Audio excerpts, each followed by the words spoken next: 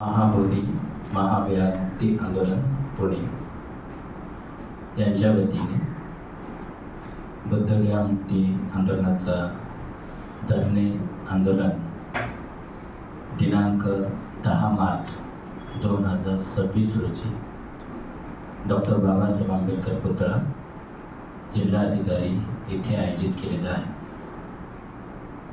आणि या धरणे आंदोलनाच्या मुख्य मागणी आमची की बुद्धगया येथील जे महाविहार आहे हे बौद्धांच्या ताब्यात यावं, बौद्धांच्या ताब्यात परिपूर्ण असावं, जिथे सिद्धार्थांना बुद्धत्वाचा लाभ झाला, दुःखमुक्तीचा मार्ग मिळाला, जिथं मानवजातीच्या कल्याणाचा मार्ग सांगितला, ते महाविहार आजही बौद्धांच्या ताब्यात नाही।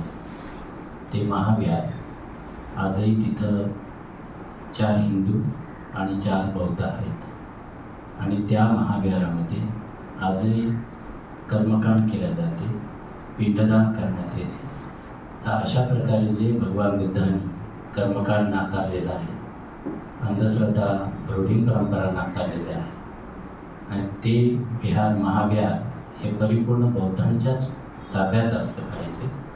कारण बौद्धांच्या जर ताब्यात जर नसेल तर तिथून बौद्ध धर्म प्रचार प्रसार याला कुठेतरी गतिमान करता येणार नाही आणि म्हणून ते महाविहार हे परिपूर्ण बौद्धांच्या ताब्यात असावं, बौद्धांचंच परिपूर्ण व्यवस्थापन असावं, याकरिता हे महाबोधी महाविहार मुक्ती आंदोलन धरणे आंदोलन हा कार्यक्रम आयोजित केलेला आहे।